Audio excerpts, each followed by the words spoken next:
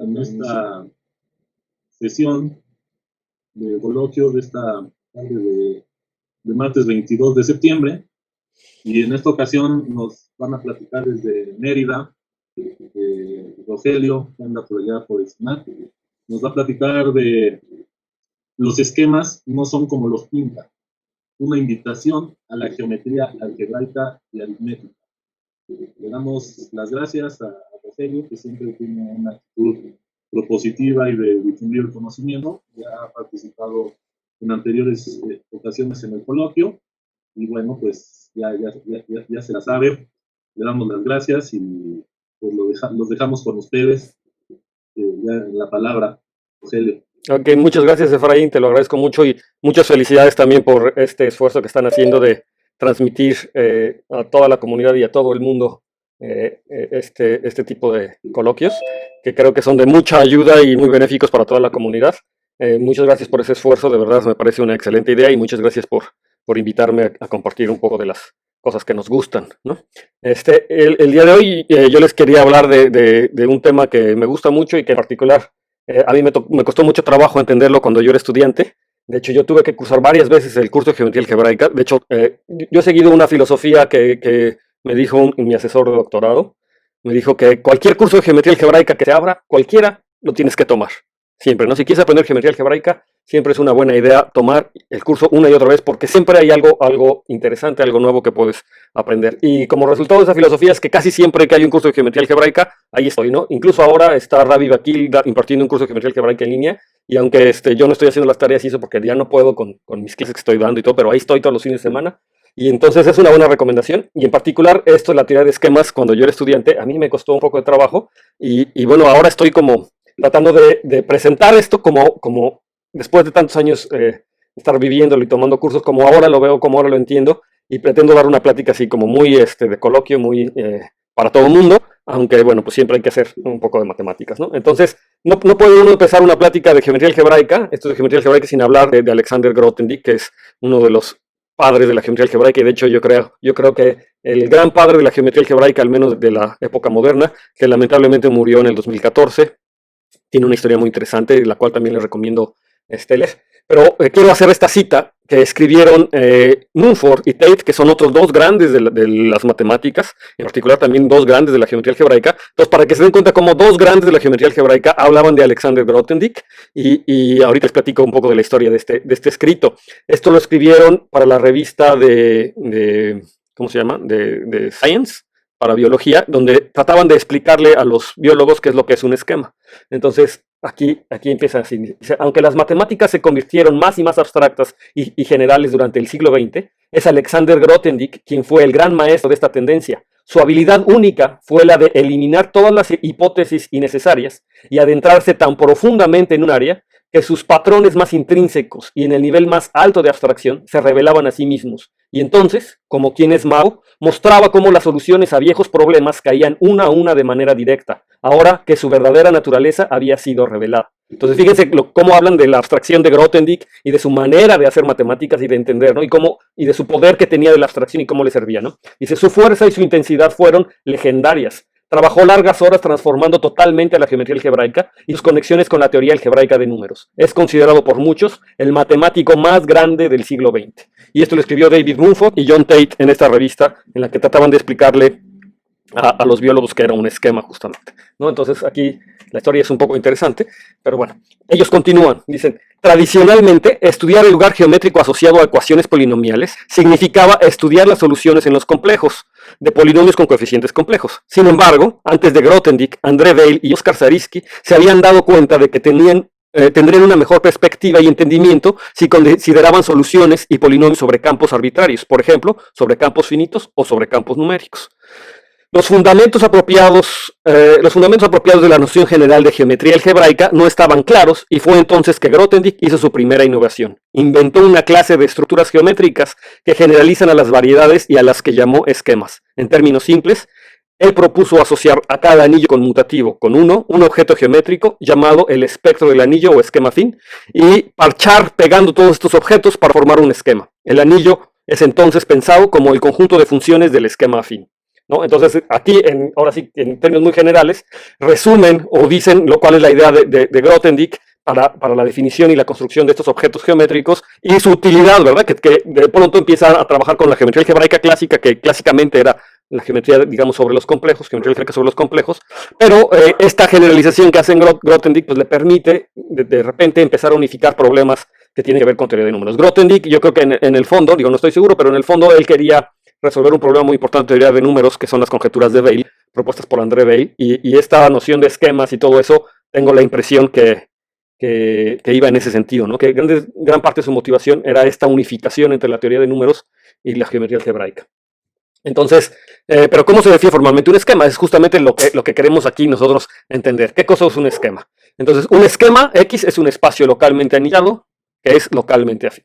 Entonces, esta es la definición formal de esquema, digamos. Y si yo veo esta definición así como lo estoy presentando ahora, pues nos dice realmente poco. Entonces, lo que yo voy a tratar de hacer en esta práctica es tratar de motivar esta definición y tratar de entender esta definición de esquema y ojalá que logre dejarles al menos unas impresiones acerca de eso, ¿no? De lo que debe de pensar o cómo uno piensa en los esquemas actualmente. Entonces, es mi primer intento y lo voy a hacer a través de entender los puntos racionales. Y entonces, mi primer... Oye, Rogelio, sí. Nada más, ¿estás presentando algo? Porque, o sea, te ves solo hablando. Ay, ya llevo un buen rato presentándolo y no lo ven. A ver, creo que justamente... Lo que pasa es que yo pensé que ibas a leer una cita o algo y después ibas a presentar, pero luego dijiste que estabas presentando y dije, no, ya estoy ahí. Recordarle. Qué bueno que me dices porque ya iba tendido. A ver, vamos a ver. Pues nomás repasa las imágenes que hayas pasado para que las vean. Y ya. Escritorio 2, a ver, compartir. Mira, ahí está lo que les dije, Grothendieck. ¿Quieres vete al inicio y las vas pasando rápido? Ahí está mi inicio. ¿Ya lo ven? Sí, ya, ahora sí. Déjame regresar yo a mis diapositivas aquí para verlo. Entonces ya ven aquí el inicio. Entonces aquí les presentaba Grothendieck con lo que dice Grothendieck originalmente en inglés y aquí mi traducción en español.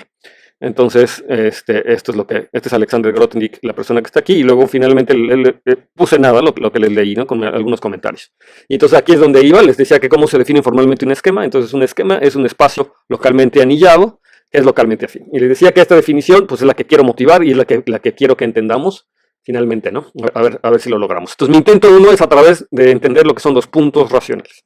Y entonces mi primera pregunta, y de hecho si hay gente por ahí en el público que quiere contestar, pues con mucho gusto, si no, pues le voy a pedir a Efraín que también me conteste, ¿no? Por estas cosas, o a ¿quién más está aquí? Bueno, no sé, a quien esté aquí, que a ver si pueden ir contestando a lo mejor, a ver qué es lo que me interesa ver, como qué es lo que les viene a la mente cuando yo les hago estas preguntas al principio. Entonces, cuando ustedes ven este objeto, ¿qué es lo que piensan? Les pongo x cuadrada más y cuadrada igual a z cuadrada, ¿en qué es lo que piensan? ¿Qué es lo que viene a su mente? ¿Alguien? Pues en una diferencia de cuadrados, por ejemplo. En una diferencia de cuadrados, en algo muy algebraico, ¿no? De repente podrían pensar algo muy algebraico. ¿Cómo qué otra cosa se les ocurre? Vamos repasando el último teorema de Fermat, por ahí alguien dijo. Exacto, sí. Exacto, ¿no? Hay otra cosa. La gente que tiene más inclinaciones hacia la teoría de números seguramente ve ahí y dice, ay, esto me recuerda al caso 2 del teorema de Fermat, que el que sí tiene solución, ¿no? Si fuera un poco más geométrico, por eso me dice Efraín, cuando ves esto, ¿qué piensas? ¿No? Como qué es lo que ven. Pues yo me imagino una superficie. Exacto, ¿no? Es otra forma de ver, es una superficie, entonces un cono. Entonces, ahorita ya tocamos varios puntos cuando yo veo esta ecuación, y la misma ecuación me está reflejando distintas características. Entonces, yo pensé que lo primero que me iban a decir era esto, entonces lo puse primero, pero resulta que no, me dijeron primero el tema de Fermat, pero bueno, está bien, ¿no? Porque hay gente más algebraica, más geométrica. Entonces, bueno, aquí yo lo pongo primero, así como lo tengo. Entonces, lo primero que a mí se me ocurrió que iban a decir era esto es un cono, es la ecuación de un cono, porque están acordando de su curso de geometría analítica, y entonces ven x cuadrada más y cuadrada igual a z cuadrada es la ecuación de un cono. Y entonces esto en términos, como yo lo quiero ver, son los puntos R racionales, o los puntos en R, los puntos reales de esta ecuación algebraica. Es decir, los puntos en R3 que satisfacen que x cuadrada más y cuadrada igual a z cuadrada es un objeto geométrico, es una superficie, y pues la podemos estudiar y tratar de entender, ¿verdad? Desde este punto de vista, la geometría puramente, ¿no? De hecho, la geometría analítica, si ustedes quieren. Pero como alguien ya dijo, esto tiene que ver con el teorema de Fermat, pero antes, ¿verdad? Antes que el teorema de Fermat, esto es el teorema de Pitágoras. Si x, y y z son los lados de un rectángulo, o vamos a ponerlo a, b y c, donde a y b son los catetos, entonces yo lo que tengo es que a cuadrada más b cuadrada es igual a c cuadrada, y entonces esta relación me está diciendo cuál es la relación entre los lados de un triángulo rectángulo. Yo lo puedo pensar desde ese punto de vista, y de hecho esta ecuación la puedo pensar en ese sentido. En un principio, ¿verdad? Si ustedes están iniciando la carrera, posiblemente digan, bueno, ¿y cuál es la relación entre esto y esto? Pues pareciera que no hay mucha, ¿no? Y sobre todo cuando empiezo yo a preguntarle cosas como distintas, ¿verdad? Es decir, ¿cuáles son los triángulos rectángulos con coeficientes enteros? No cualquier triángulo rectángulo, sino cuáles son los triángulos rectángulos con coeficientes enteros, donde A, B, perdón, no coeficientes, con lados enteros, con A, B y C números enteros. ¿Existen triángulos rectángulos donde A, B y C sean números enteros? Esto en términos de lo que le estoy poniendo sería X de Z, que es el conjunto de los tripletas ABC en Z3, de tal manera que A cuadrada más B cuadrada es igual a C cuadrada. Cada vez que ustedes encuentren un ABC con A, B y C enteros que satisfaga esta ecuación, están encontrando un triángulo rectángulo por el teorema de Pitágoras. Y entonces aquí, en principio, este problema de triángulos rectángulos, pues es un problema muy, pues, de la geometría de los griegos, que pareciera, ¿verdad? Que pareciera que no tiene mucho que ver, aunque sí tiene, por supuesto, que si ustedes ya están más entrenados en matemáticas, se dan cuenta claramente que sí tiene que ver con este objeto, con esta superficie, pero en principio, así como está planteado, pareciera que no. Entonces la pregunta que yo les haría es, ¿pueden las ternas pitagóricas tener algún sentido geométrico? No todos los triángulos rectángulos, sino únicamente las ternas pitagóricas, que son estas soluciones a esta ecuación en los enteros, ¿podrán tener algún sentido geométrico? Esa sería la primera pregunta. Y ahora, ¿qué tal ahora si nosotros consideramos a esta ecuación en general? Vamos a considerar f igual a epsilon x más y cuadrada igual a z cuadrada, y vamos a fijarnos en su conjunto de ceros, es decir, el conjunto de puntos z, de tal manera que f de z es igual a 0. Donde z, pues ahora vamos a, por ejemplo, suponer que está en los complejos. Es decir, por x de c, yo voy a denotar a las soluciones de esta ecuación igual a 0 que viven en los complejos. Pues es un objeto geométrico ahora, es un subconjunto de C3, ¿verdad? Porque tengo x, y, z, tres variables, entonces ahora serían un subconjunto de C3. La pregunta es, ¿cómo es este objeto geométrico y qué tiene que ver este objeto geométrico con el de los reales, con el que vimos anteriormente, y con el objeto que vimos, o con las ternas pitagóricas, ¿no? Con los enteros? Ahora, esa misma pregunta yo me la puedo hacer, pero ahora, ¿qué tal que si me interesan las soluciones en los números racionales? Y con esto es la notación que hacemos, x de c. ¿Puedo yo decir quiénes son las soluciones de esta ecuación en los racionales? O hacerme preguntas, ¿no? Típicas. ¿Tiene puntos? Es decir, ¿tiene soluciones en los racionales? Una pregunta muy típica al tipo del teorema de Fermat, ¿verdad? O sea, ¿será que esta ecuación tiene soluciones racionales? ¿Y qué tiene que ver esas soluciones racionales? Pero uno puede ser un poco más general. ¿Por qué limitarse a los racionales? ¿Qué tal que si me tomo un campo numérico? Por ejemplo, x igual a q de raíz de 2 raíz de 7. ¿Será que esta ecuación tiene raíces, tiene soluciones en un campo numérico? Aquí me tomé uno en particular, pero tómense su campo numérico de preferencia. ¿Será que ahí hay soluciones o no tiene soluciones? ¿Cómo es? ¿Será que tiene un sentido geométrico estudiar esas soluciones? Y si sí, ¿cuál, no? Pero con esa misma ecuación, yo puedo hacerme preguntas sobre las soluciones ahora sobre un campo finito, o sobre el campo finito FP. El campo finito FP son los enteros módulo P, ¿no? ¿Tendrá solución en los enteros módulo P?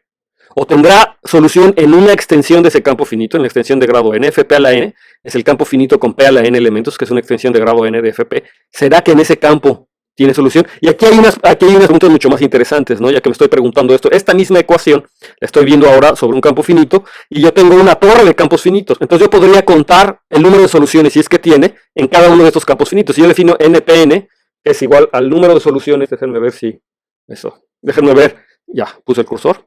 Entonces, NPN será el número de soluciones que tiene esta ecuación algebraica, pero ahora en este campo finito de grado n, en este campo finito con p a la n elementos, que es una extensión de grado n de Fp. Y entonces, ¿qué pasa cuando yo voy moviendo esa n? Son extensiones. ¿Cómo van cambiando estos números? ¿Verdad? Estos números, si se fijan, es una cosa muy combinatoria, es una cosa de cuentas. Estoy contando las soluciones que tiene una ecuación sobre un campo finito. Cuando hago crecer mi campo finito, hago extensiones un poquito más grandes y sigo contando los puntos. ¿Qué pasa con estos puntos, no? ¿Cómo los puedo estudiar? Y si esos puntos tienen alguna información geométrica o tiene algún sentido geométrico. Cuando uno es nuevo en esto de la geometría, pues a uno le parece muy raro que uno pueda pensar en este conjunto discreto de puntos, ¿verdad? Que el conjunto de puntos x a la fpn, o sea, las soluciones de esta ecuación en un campo finito, es un conjunto discreto de puntos, conjunto de puntos por ahí. En principio lo ve uno discreto, y uno tratar de preguntarse como la geometría de este espacio es una pregunta un poco rara, pero sin embargo uno podría hablar de espacios tangentes, de haces vectoriales sobre estos objetos, de un montón de cosas que hace la gente que hace geometría sobre estos espacios. Y la pregunta es ¿cómo? ¿Y qué tiene que ver eso? ¿Qué tiene que ver estas soluciones de esta ecuación x, o de este polinomio f, de esta variedad de f, x, con todas las demás? ¿Qué tienen que ver las soluciones de mi campo, en el campo finito, con las soluciones complejas? ¿Qué tienen que ver con las soluciones reales? Que son objetos geométricos en principio muy distintos. ¿Tienen algún sentido geométrico? Y entonces, ya que estamos entrados en gastos, pues ¿por qué me limito a campos? ¿Verdad? ¿Qué tal que si ahora me tomo un anillo de polinomios, por ejemplo, el anillo de polinomios en coeficientes en un campo y la variable t? Y ahora me fijo en x, k de t. ¿Qué quiere decir eso? Ahora, tómense esta ecuación polinomial Y la pregunta es, ¿existen polinomios en la variable t que satisfagan esta ecuación? Es decir, que cuando yo meto ese polinomio y me dé 0, ¿existirán o no? Y nuevamente la misma pregunta, ¿esa pregunta tiene algún sentido geométrico? ¿Puedo entender esas soluciones de forma geométrica? Si sí, ¿cómo? ¿Y qué tiene que ver todas esas soluciones sobre este anillo con las soluciones en los complejos, con las soluciones reales? La misma pregunta que hace rato.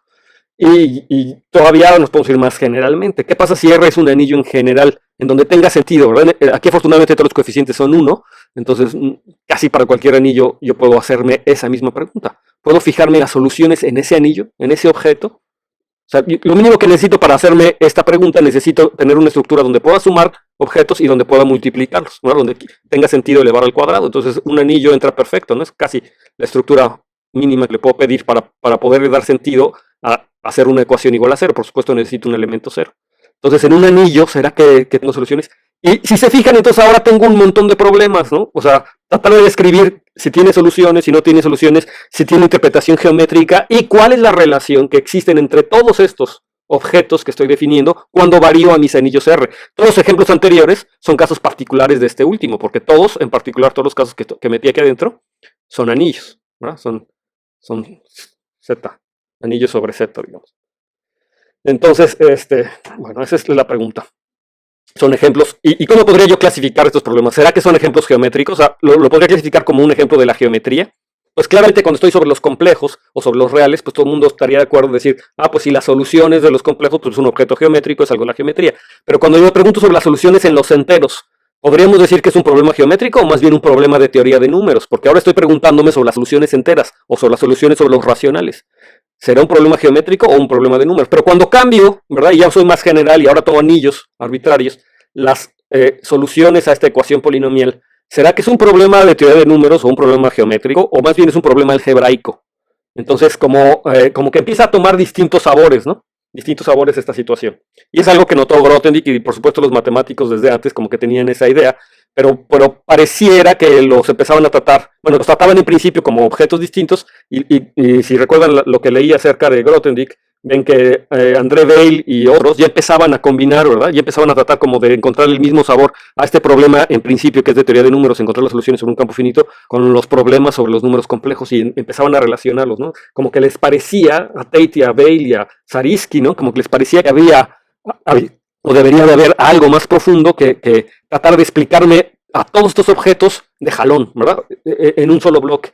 Encontrar algo más profundo, más básico, más fundamental, de tal manera que todos estos objetos se revelaran como por arte de magia casos particulares de una misma situación. Entonces recuerdan aquí lo que les leía de Grothendieck, ¿no? Esa era su gran cualidad. Tenía la gran cualidad de hacer una abstracción, de poder abstraer esto y encontrar la médula del asunto, y cuando lo lograba explicar este tipo de fenómenos con una gran solidez y simplicidad que hacía entender, ¿verdad? Que hacía entender cómo era la situación, y entonces caían los problemas que antes no se habían podido resolver de uno a uno. Entonces esta es la idea. Entonces más generalmente en la geometría algebraica clásica, ¿qué es lo que hacen? Entonces en la geometría algebraica clásica lo que se hace es considerar una familia de polinomios. Entonces yo voy a tomarme polinomios, digamos, lo voy a tomar aquí con coeficientes en los complejos, digo en los racionales, aunque en realidad en la geometría algebraica clásica los consideran con coeficientes complejos, ¿verdad? Porque pues, es el campo más general y ahí les interesan las soluciones. Y entonces me tomo una familia de polinomios y quiero las soluciones simultáneas, ¿verdad? Encontrar soluciones simultáneas a toda esa familia de polinomios. Los estudiantes de los primeros semestres de la carrera, pues están totalmente familiarizados con esto cuando estudian álgebra lineal o sistemas de ecuaciones polinomiales, nada más que aquí los polinomios, sistemas de ecuaciones lineales quería decir, pero aquí los polinomios no son necesariamente lineales, son polinomios de cualquier grado. Entonces yo quisiera, dada una familia de polinomios, tratar de encontrar las soluciones simultáneas. Si las soluciones viven en los complejos, pues entonces estaría hablando de soluciones complejas, y este es un objeto que vive en los números complejos, ¿no? O sea, puede tener alguna forma muy particular. La gente que hace geometría diferencial pues sabe que hay ciertas cosas que al menos localmente se parecen a ceros de polinomios, o con estudios ceros de polinomios pues tienen formas geométricas muy interesantes, ¿no? que estudia. Y entonces aquí la cosa es que la mayoría del tiempo la gente estudia, sobre todo aquí en México, estos ceros de polinomios sobre los complejos, ¿no? Actualmente ya no tanto, ¿verdad? Como que ya le han metido interés a otras cosas, pero mi impresión, al menos cuando yo era estudiante, era que todo el mundo estudiaba estas cosas sobre los complejos. Ahora la cosa es, ¿qué pasa? Bueno, si teníamos mucha suerte, a lo mejor decían las soluciones reales, ¿no? Y trataban de estudiar las soluciones sobre algún subcampo de los complejos. Pero, ¿por qué, no? Esa es como la pregunta que yo siempre hago. ¿Por qué siempre sobre los complejos? ¿Qué pasa? ¿No hay otras cosas? pues sí, hay otras cosas, ¿no? Entonces, en particular, hay otras cosas que le interesan a la gente que hace teoría de números o a la gente que hace aritmética. Y entonces la pregunta aquí es, ¿existirá una teoría geométrica general, ¿verdad?, que se interese por todos y a la vez estos problemas diofantinos? Y aquí le voy a llamar problemas diofantinos a estos problemas de encontrar las soluciones de una familia de polinomios, no necesariamente el polinomio que le puse originalmente, sino tomarme una familia de polinomios que le voy a anotar por X, y entonces XR son las soluciones en R, en un anillo R, de esa familia de polinomios, donde siempre y cuando tenga sentido buscar las soluciones, ¿no? Entonces, existirá una teoría geométrica general que se interese por todos esos problemas diofantinos a la vez, ¿sí? Así le llamo yo. Los problemas diofantinos son usualmente sobre los reales, digo sobre los racionales. Soy un poco disléxico, eso lo tengo que decir. Entonces de repente digo cosas y estoy pensando en otra. Y también las escribo al revés. Pero bueno, las soluciones, yo quiero estudiar todas estas a la vez. Les decía que la geometría diofantina usualmente se ocupa cuando R es igual a los racionales, pero déjenme llamarle en esta plática problemas diofantinos esto, porque tiene que ver con soluciones de ecuaciones en un anillo particular que yo estoy eligiendo. Entonces, habrá una teoría geométrica donde yo puedo entender a todos estos problemas diofantinos a la vez, ¿sí? Y que tenga sentido entenderlos todos al mismo tiempo, ¿sí? Entonces, ¿qué es lo que debería de decirme esta teoría, ¿no? En caso de existir, yo debería poder resolver preguntas como estas. ¿Cómo se relaciona y de qué manera se relacionan a los problemas diofantinos? Por ejemplo, ¿qué tiene que ver las soluciones sobre el campo finito con las soluciones sobre los complejos? ¿Qué tiene que ver mi variedad compleja, este X de C es una superficie o una variedad compleja? ¿Qué tiene que ver esta variedad compleja con este conjunto finito de puntos que son las soluciones sobre un campo finito? ¿Tendrá algo que ver o es, a lo mejor son cosas completamente distintas? No, y no tienen nada que ver. O sea, además de la relación evidente que hay, que es que hay una ecuación, ¿verdad?, que es la misma ecuación o el mismo conjunto de ecuaciones que las definen, ¿tendrá algo que ver? Bueno, y la respuesta, ¿qué creen que es la respuesta? Pues la respuesta, como ya me imagino que se lo están imaginando, es que en efecto, sí existe una teoría geométrica que me relaciona eso y que me permite entender a todos estos objetos de una sola vez como un único objeto global y todas las soluciones sobre cualquier anillo o prácticamente cualquier anillo, ¿verdad?, son sobre anillos definidos sobre el campo o el anillo base o la estructura base con la que estoy trabajando, pero digamos en términos generales existe y la respuesta es que sí.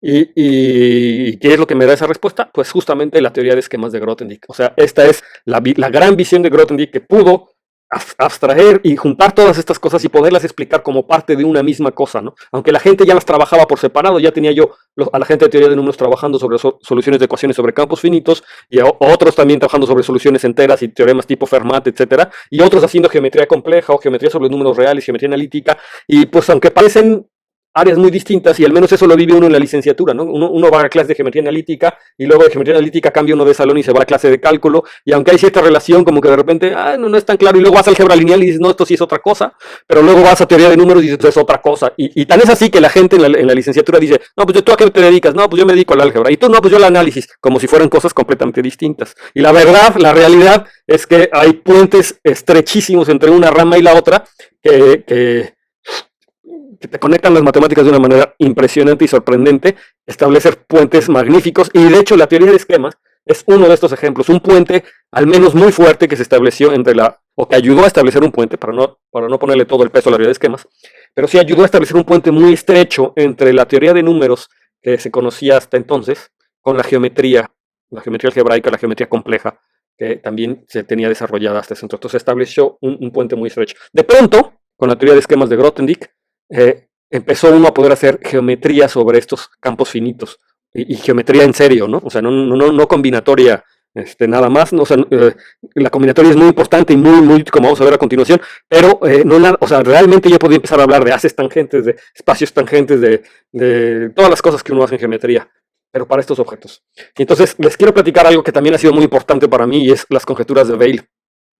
Rápidamente les voy a hablar de las conjeturas de Weil, porque además, como les dije al principio, yo pienso, no lo he verificado, y me parece que hace poco vino un experto en Grothendieck, o hace algunos años, y dio unas pláticas padrísimas que grabaron también aquí en TV Ciencias, y que están por ahí. Yo he visto un par de ellas, las he visto todas, pero realmente creo que, yo también creo, lo digo, no he podido ver todas esas pláticas, pero creo que hay algo de eso deben mencionar, que hablaba como de cosas históricas. Entonces me imagino que sí, una de las grandes motivaciones de Grothendieck al estudiar todo esto de la teoría de esquemas, o al meterse en los esquemas y lo que hizo después, que era la cohomología y tal y todo, su objetivo era demostrar estas conjeturas de Weil. Y rápidamente les voy a hablar de las conjeturas de Weil, porque son algo muy importante por mi desarrollo como matemático. Yo tuve la fortuna de que Javier Elizondo me propusiera de tesis licenciatura esto cuando yo iba por ahí de sexto semestre, entender las conjeturas de Bell o meterme algo en esto. Entonces ahí empecé a estudiar un poco de aritmética y desde entonces todo mi trabajo se ha visto influenciado de alguna u otra manera con esto de las conjeturas de Bell y es porque es algo muy importante y no es que nada más haya influenciado mi trabajo, la verdad es que las conjeturas de Bell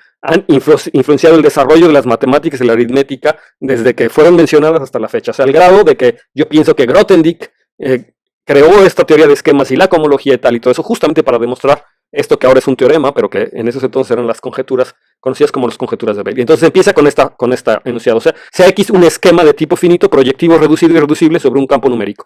No les he dicho qué es eso de un esquema, pero por lo que les he dicho, sí pueden imaginarse que es un objeto geométrico que generaliza, ¿verdad? Todo lo que resuelve el problema que ya les habíamos dicho anteriormente. Entonces sabemos que X de C es una variedad compleja. O sea, los puntos complejos de mi esquema es una variedad compleja. Es un objeto geométrico como los que la gente está acostumbrado a trabajar en geometría diferencial o en geometría compleja. Y ahora me voy a fijar en las soluciones de la ecuación, pero ahora sobre un campo finito. Entonces voy a tomarme n de s, es un número, es el número de soluciones que tiene para un campo finito, y esto lo voy a hacer para un número primo fijo p. Entonces el teorema es que es las conjeturas de Bell, que ahora es un teorema gracias a Duwork, a Grothendieck y a Deligne, dice que los números n de s están estrechamente relacionados con los números de Betti de la variedad compleja. Es decir, las soluciones de esta ecuación sobre un campo finito o de estas ecuaciones sobre un campo finito, que es un conjunto discreto, están estrechamente relacionados con los números de Betti de la variedad compleja. Donde los números de Betti de la variedad compleja, o sea, para decirlo rápidamente, yo tengo una variedad compleja, entonces a la variedad compleja yo le paso a hacer una cosa que se llaman sus grupos de homología o de cohomología, ¿verdad? Y son unos espacios vectoriales, vamos a decir, que le asocio yo a mi objeto geométrico, y que lo que hacen esos espacios vectoriales es darme información global de la variedad. Cuando ustedes estudian cálculo, y entonces estudian el espacio tangente o la derivada, entonces aprenden que la derivada me sirve para saber si tengo una singularidad o no, ¿verdad? Entonces, y entender cómo mueve el plano tangente también me da información alrededor de un punto de cómo es la variedad, de cómo es mi objeto geométrico, si una curva es suave, si es infinito diferenciable, etc. Bueno, lo que estoy haciendo en cálculo es asociarle a cada punto un espacio vectorial. Y entender por cada punto ese espacio vectorial, pues me da información local de mi variedad. Lo que hace la cohomología o estas teorías de homología y todas estas cosas es, en vez de asociarle un objeto del álgebra lineal o un objeto algebraico a mi variedad por cada punto, lo hace como de forma global. O sea, a toda la variedad le asocio un grupo o un espacio vectorial, que se llaman los grupos de cohomología, los grupos de homología, y a estos espacios vectoriales, estos objetos del álgebra o del álgebra lineal, ¿verdad?, me dan información global sobre la variedad. En particular, me cuentan, por ejemplo, el número de hoyos, ¿verdad? La homología o la homología singular me cuenta como el número de hoyos y los hoyos de distinto tipo que puede tener una variedad. Los números de Betti son las dimensiones de estos espacios vectoriales, y en particular estos números de Betti me miden, me los puedo utilizar para calcular el género de una variedad, que quiere decir en grandes rasgos el número de hoyos que tiene mi variedad compleja. Entonces fíjense cómo esa propiedad geométrica que tiene las variedades, el número de hoyos que tiene una variedad, ¿sí?, es una propiedad como muy del dibujo, es una propiedad muy como geométrica, ¿sí? Sin embargo, el número de puntos, el número de soluciones que tiene sobre un campo finito, o sea, los campos finitos ni siquiera son campos ordenados, es decir, no los puedo dibujar realmente. Pero el número de soluciones que tiene sobre un campo finito, eso lo encontró Bell conjeturalmente, ese número de soluciones, cuando los voy estudiando uno a uno, ¿verdad?, con todos, está íntimamente relacionado con el número de hoyos que tiene la variedad, es decir, con sus números de Betti de la variedad. Eso es algo impresionante. O sea, las conjeturas de Bell son mucho más precisas, por supuesto. Aquí se las pongo en esta tablita. Tienen que ver con una función generatriz, que es una función z que se le asocia a la variedad, y entonces me dice que esa función z se descompone como producto de ciertos polinomios, una función racional, ¿verdad? Y los polinomios cumplen ciertas propiedades, pero resulta que los grados de estos polinomios son exactamente los números de Betti de la variedad compleja. Bueno, eso se puede hacer cuando mi variedad está definida sobre los racionales, digamos, y entonces puedo estudiar los puntos complejos y además puedo estudiar los puntos sobre un campo finito, las soluciones sobre un campo finito. Pero en realidad las conjeturas de Bell son un poquito más generales y se toma una variedad X de tipo finito sobre un esquema con ciertas características, pero definido sobre un campo finito, no necesariamente sobre los enteros.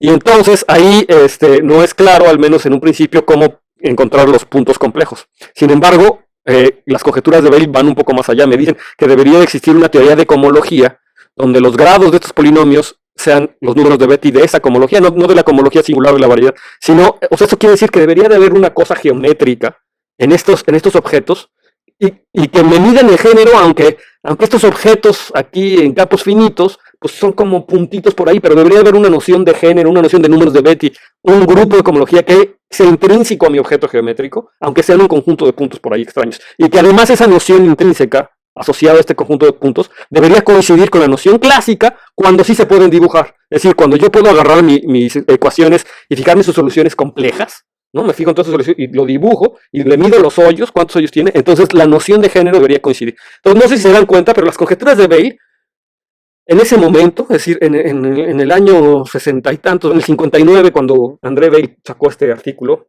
que se llama Número de soluciones de ecuaciones sobre campos finitos, pues, presentaba una relación muy estrecha, o sea, algo decía, ¿sabes qué? La aritmética, esto que así hemos estado haciendo por mucho tiempo, Gauss, Fermat, y muchos matemáticos, debería de ser como un caso particular de la geometría, o si no un caso particular, en realidad la aritmética y la geometría están agarradas muy fuertemente, ¿no? Y entonces Grothendieck, que es el maestro de la abstracción, dijo, sí, es que eso debería suceder, y entonces debería haber algo más profundo que me permita entender las soluciones sobre un campo finito, al igual o al parejo que las soluciones sobre los complejos. Y la relación debe de ser una relación seria, no debe ser nada más, mira, comparten la misma ecuación, no, o sea, debe de haber algo que vaya mucho, que las agarre, ¿verdad? Algo que los esté. Entonces, Grothendieck, yo pienso, ¿verdad?, que con la idea de demostrar estas conjeturas de Weil, pues desarrolló toda su teoría de esquemas y toda la teoría de cohomología tal, ¿verdad? Que finalmente, en efecto, aquí aparece el nombre de Grothendieck y de Deligne, porque Grothendieck y Deligne le dieron finalmente la demostración a las conjeturas de Weil, y es una historia muy interesante la demostración de las conjeturas de Weil, utilizando Grothendieck y Deligne utilizando las herramientas que propuso Grothendieck, y bueno, aunque Deligne no hizo exactamente lo que Grothendieck propuso, se utilizó la cohomología tal para demostrar las conjeturas de Weil, ¿no? También el trabajo de Deligne es un trabajo súper interesante en este sentido, pero es un poco distinto. De hecho, Grothendieck se enojó, se molestó un poco con Deligne porque la demostración que hizo Deligne no era lo suficientemente general, es decir, no le permitía demostrar lo que se llaman las conjeturas estándar, que es una generalización de esta cosa, pero sí demostraba las conjeturas de Weil, y entonces Grothendieck, y además Grothendieck quería demostrar las conjeturas de Weil y fue Deligne quien las demostró finalmente. Aunque Dwork es otro matemático que trabajando en otra dirección, con métodos p-ádicos, lo que se llama métodos p-ádicos, logró demostrar parte de las conjeturas de Weil. Y de hecho el trabajo de Dwork, actualmente hay una demostración de las conjeturas de Weil solamente en la línea de Dwork, es decir, solamente utilizando métodos p-ádicos, sin utilizar cohomología tal ni nada de eso, que es muy interesante y que es de hecho una rama muy fructífera de la investigación en aritmética, en matemáticas, que son los métodos p-ádicos, la geometría p-ádica. En alguna otra ocasión, mi trabajo de hecho se centra más en esta rama, en los métodos de Dwork, pero en otras ocasiones hablaré de eso, ¿no? Eso da para otra plática enormemente. Pero bueno, en principio estaba esta situación, ¿no?, de las conjeturas de Weil. Entonces, en efecto, pues se metió en eso. Pero lo que vamos a regresar, nosotros lo que queremos es saber qué cosa es un esquema, ¿no? O sea, al final de cuentas, lo que yo quería presentarles ahora es decirles qué es un esquema, ¿no? Que es esta idea de Grothendieck. Y igual ya lo motivé de por qué la necesidad de estos esquemas, ¿no? Pero ¿qué es un esquema? Entonces, y se lo repito, ¿qué es un esquema? Un esquema X es un espacio localmente anillado que es localmente afín. Entonces, eso es un esquema. Muchas gracias por haber venido a esta plática. ¿Verdad? No es cierto, todavía no. Déjenme hacer todavía, estoy seguro que todavía esta definición de esquema no nos dice todo lo que nos gustaría decir. Entonces ahora voy a hacer una promoción. Voy a hacer otro intento de explicar lo que son esquemas utilizando una analogía que me pareció maravillosa. Esta cosa la leí yo en este libro que se llama The Princeton Companion to Mathematics. Es un libro así de choncho, que se los recomiendo, está buenísimo. Y entonces, en este libro en particular hay un artículo de Jordan Ellenberg que habla sobre geometría aritmética, ¿no? Y entonces, Jordan Ellenberg le dedica una sección, habla de la geometría aritmética en general, pero le dedica una sección particular a hablar de esquemas, ¿no?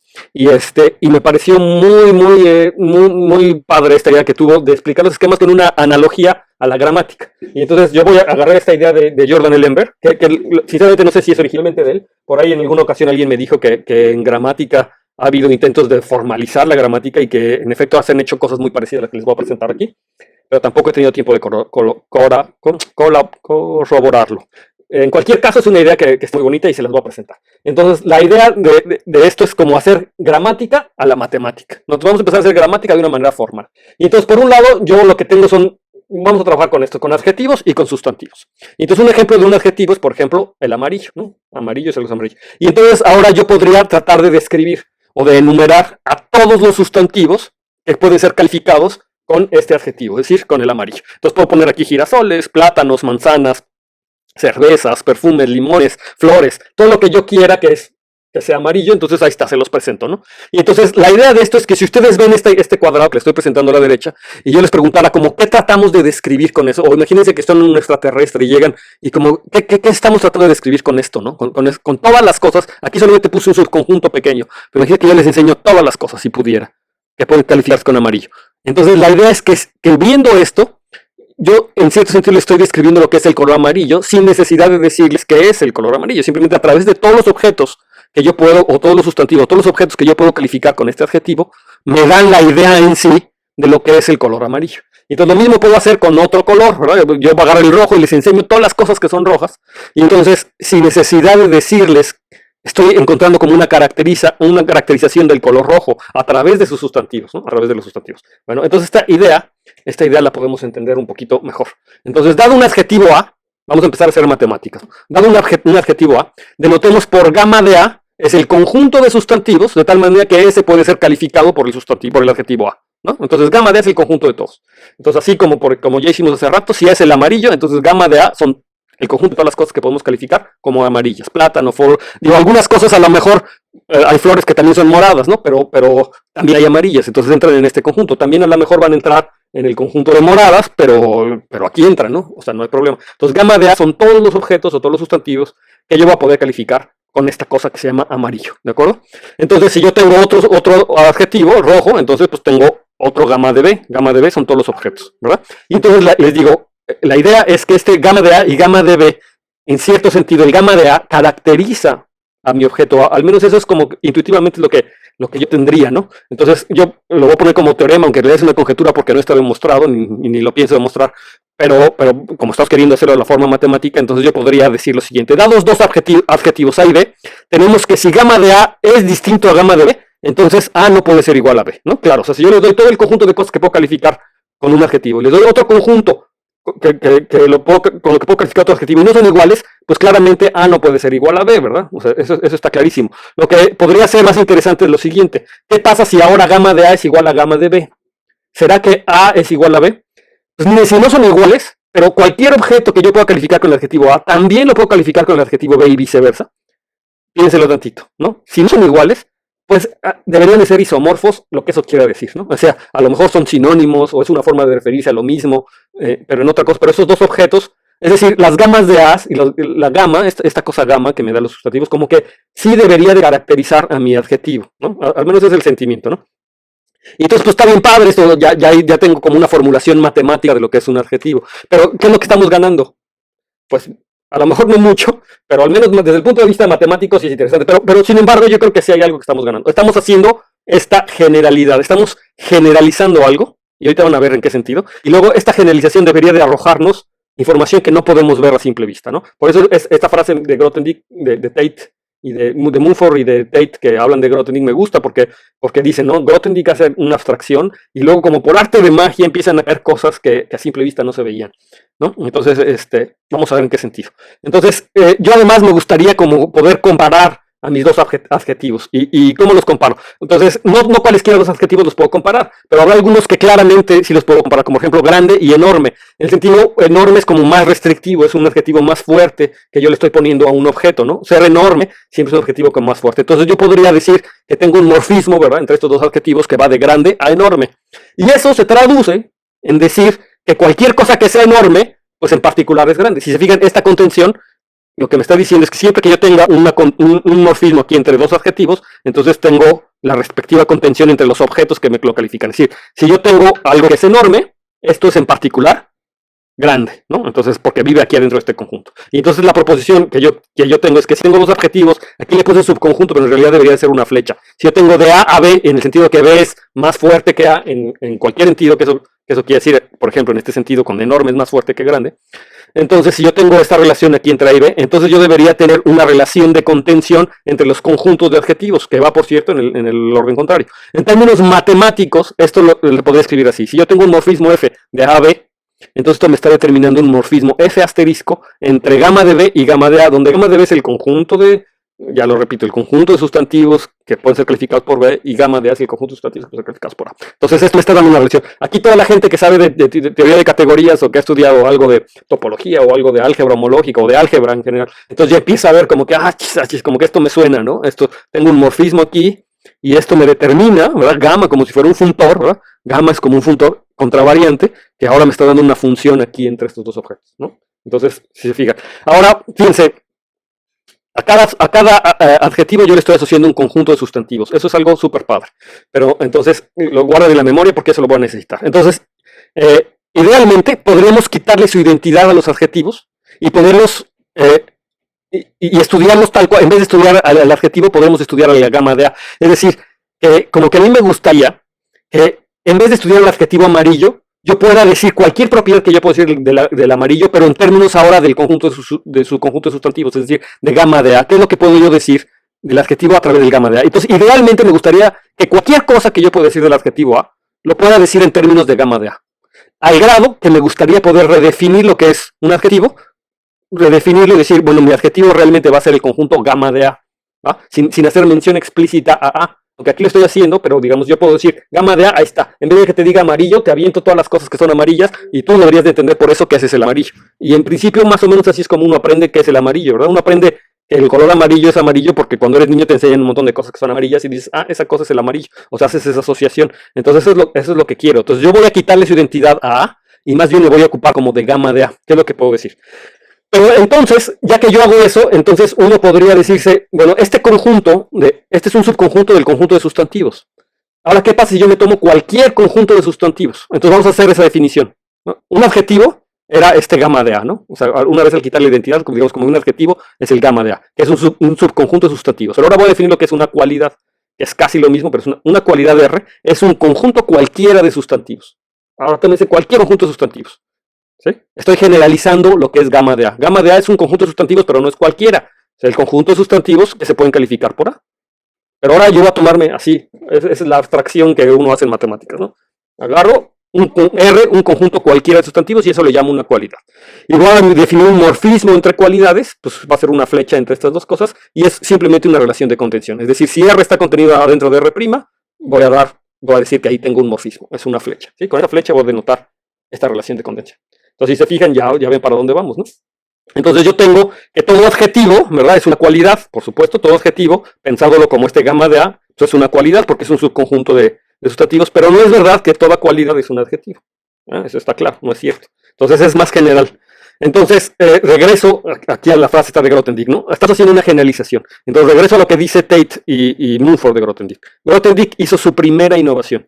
Inventó una clase de estructuras geométricas que generaliza las variedades y a las que los llamó esquemas.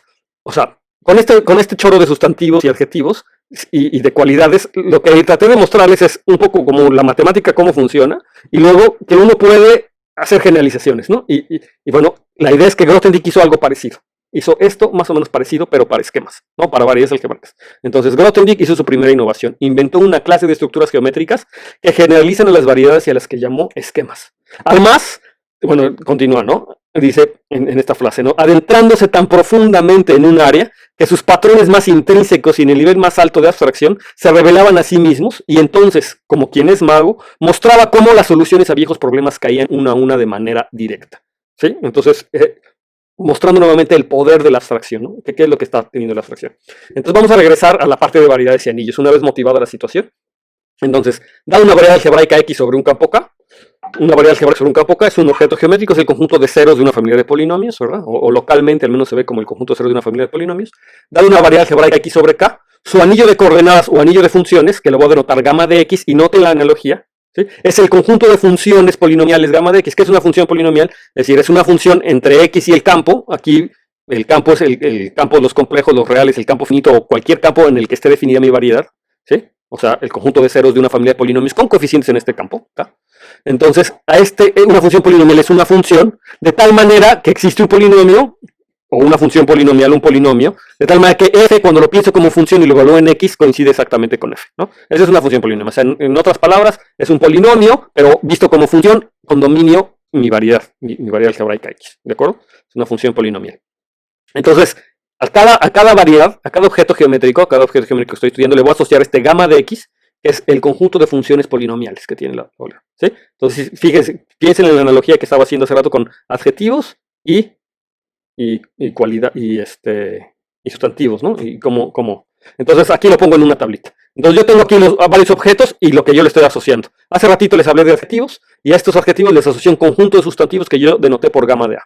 Ahora, aquí yo estoy teniendo X un conjunto algebraico o una variedad algebraica. Le puse conjunto algebraico aquí, pero no importa. Es una variedad algebraica, conjunto de ceros de una familia de polinomios.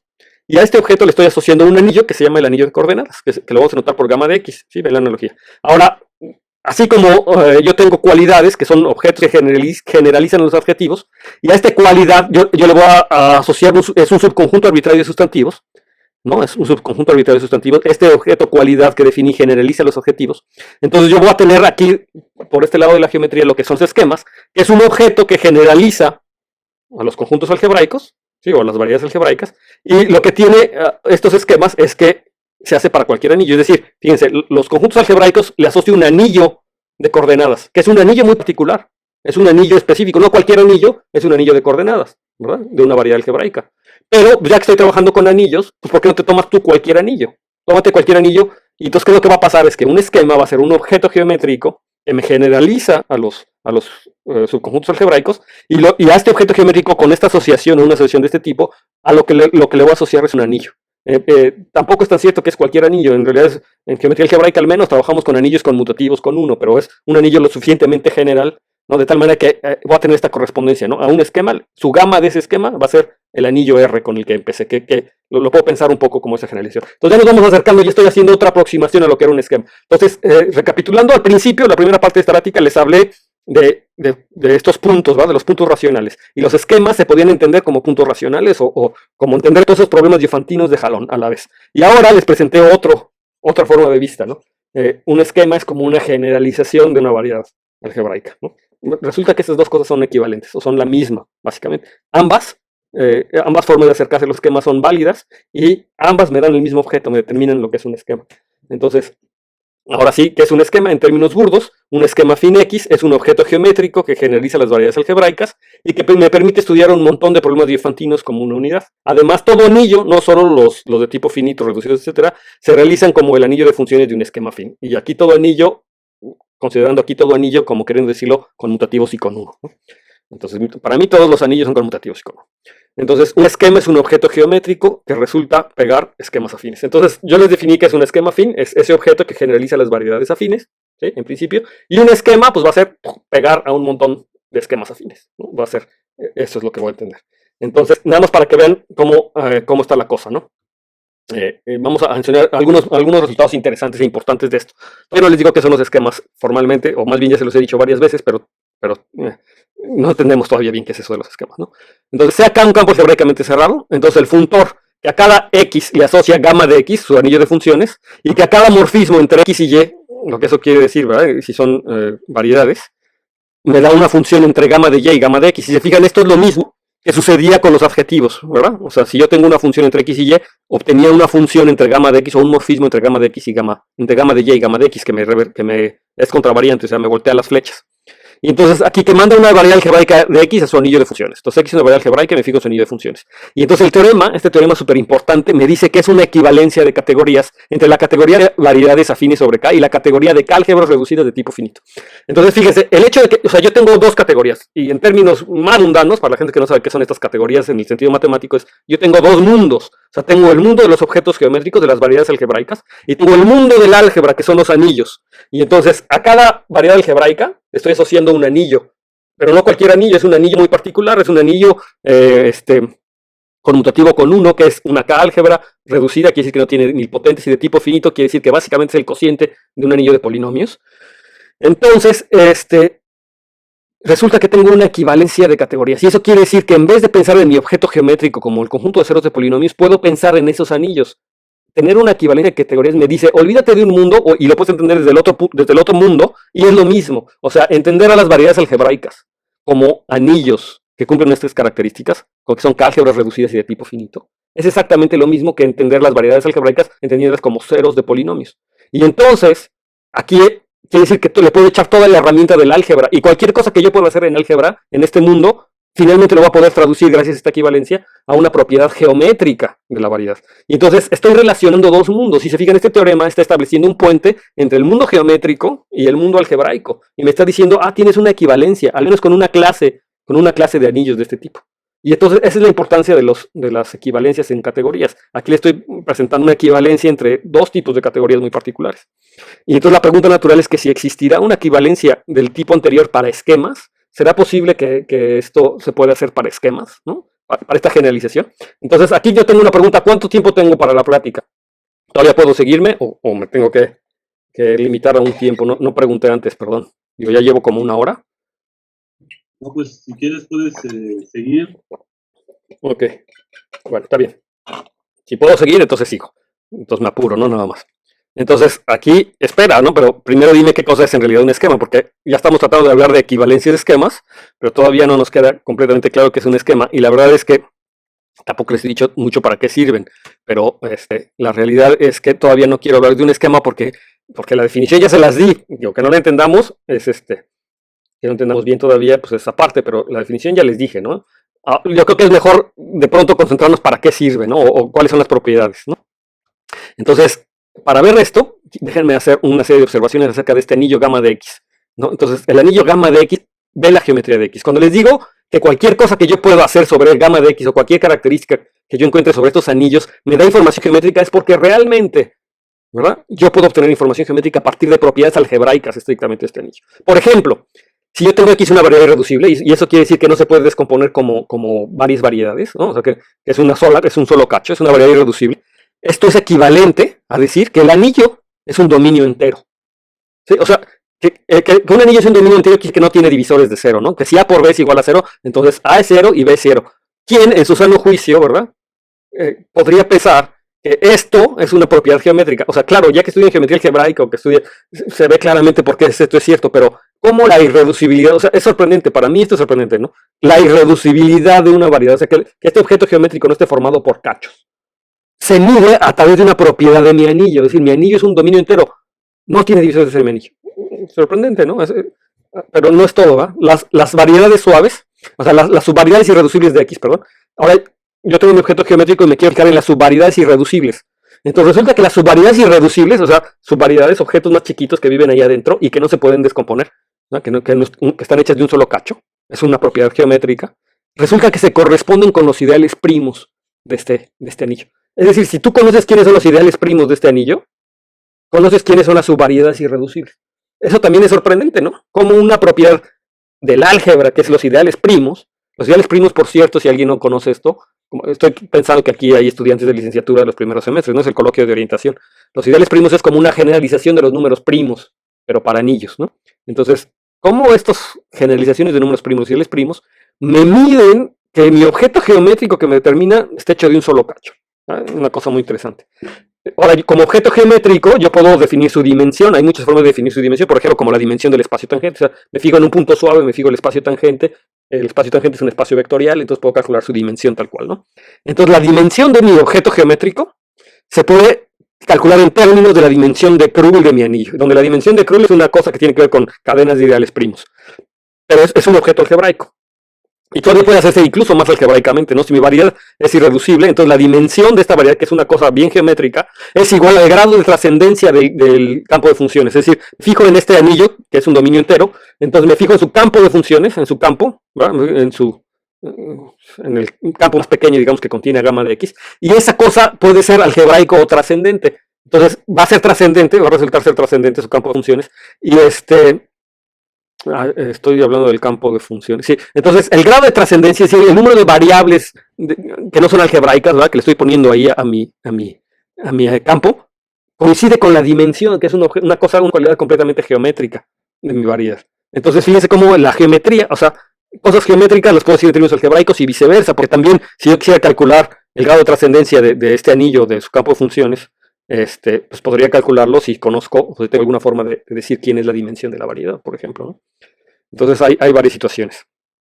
Entonces, si X está definido sobre un campo algebraicamente cerrado, entonces los puntos cerrados es otra característica súper interesante, ¿no? si está definido sobre un campo algebraicamente cerrado, entonces los puntos cerrados de mi variedad, o sea, digo puntos cerrados porque en geometría algebraica hay puntos que no son cerrados, hay puntos que son densos incluso. Pero bueno, imagínense los puntos de la variedad, los puntos que me definen la variedad, se corresponden con los ideales maximales. Es decir, nuevamente, si yo conozco quiénes son los ideales maximales de este anillo, conozco quiénes son los puntos de mi variedad. Y de hecho esta correspondencia no es nada más una biyección, sino es una correspondencia que además preserva la topología, es decir, al conjunto de ideales maximales o al conjunto de ideales yo les voy a poder dotar de una topología. Y con esta correspondencia, esta asociación es un homeomorfismo, es decir, recupero la topología de la variedad de este objeto geométrico, estudiando los ideales maximales y su comportamiento. Y además todas las relaciones de contención y todo se mantienen aquí.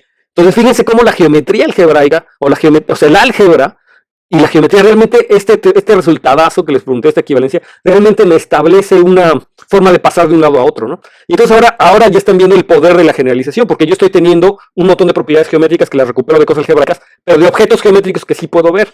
Sin embargo, cuando yo hice todas estas cosas, yo las puedo hacer para anillos arbitrarios, no necesariamente para anillos de funciones. Es decir, para anillos arbitrarios yo me puedo preguntar si es un dominio entero, ¿sí o no? Independientemente de que sea el anillo de funciones de alguien o no, un anillo puede ser un dominio entero, sí o no.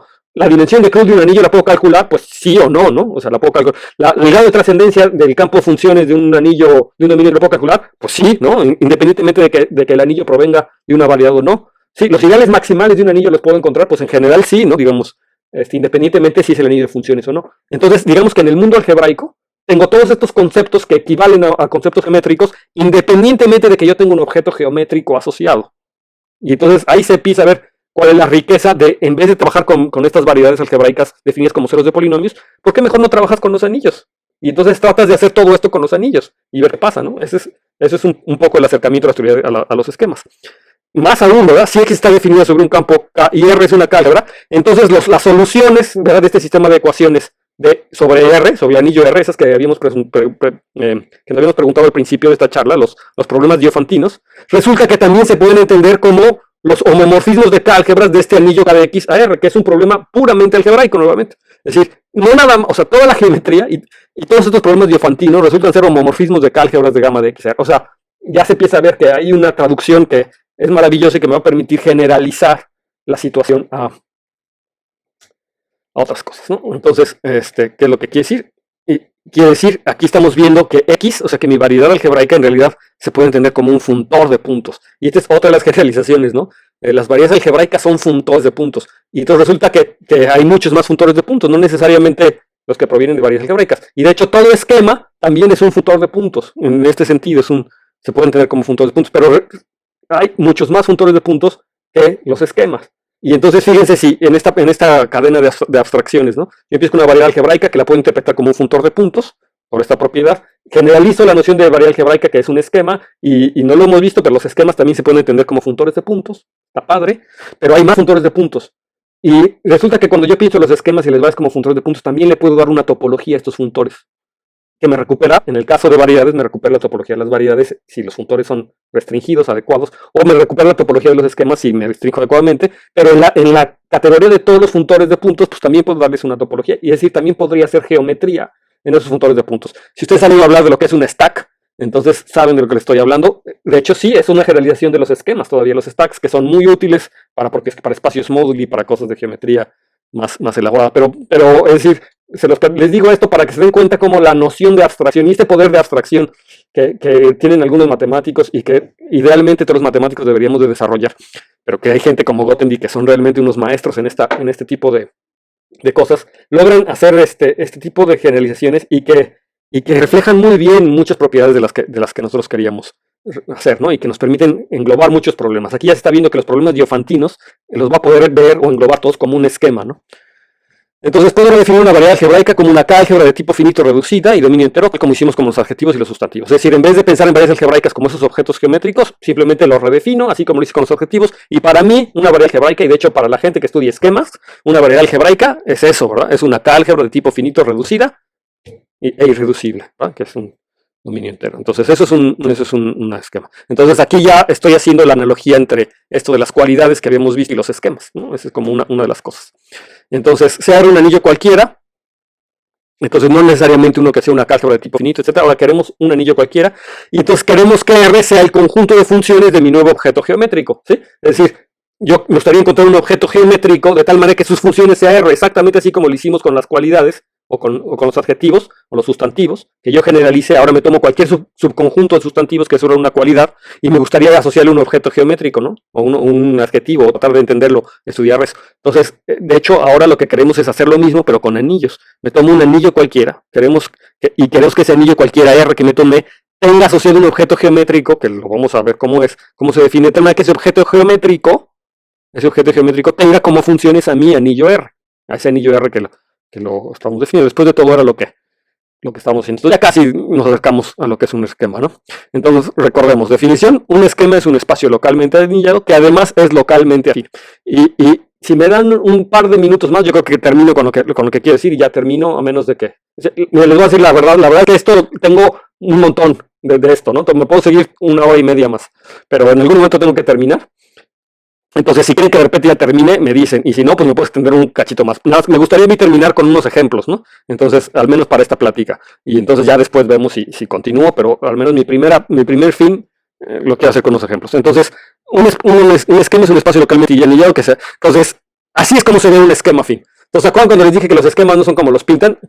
Así se llama mi plática. Y normalmente ustedes vieron el cartel y entonces ahí tenían una serie de esquemas que era más bien un diagrama, como un diagrama de flujo, y ese es como un esquema, pero no, en matemáticas, en geometría, así no son los esquemas. Entonces, de ahí que los esquemas no son así. Más bien los esquemas se ven un poco como esto. Este es el esquema aritmético, es la línea fin de Mumford, lo pueden encontrar en el Red Book de esto. Y entonces aquí, Mumford, este dibujito es muy famoso porque Mumford trata de dibujar lo que es el esquema fin o la línea fin asociada aritmética, ¿no? La superficie aritmética es muy importante.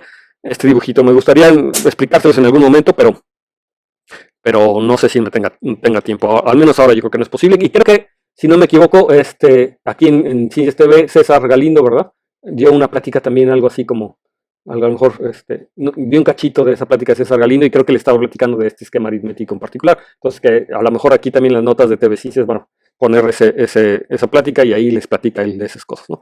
Pero bueno, en fin, el espectro de un anillo R es el conjunto de ideales primos de R. Entonces, yo quiero definir lo que es un esquema fin, y entonces, pues para eso necesito empezar a definir un conjunto donde voy a trabajar, donde voy a hacer geometría.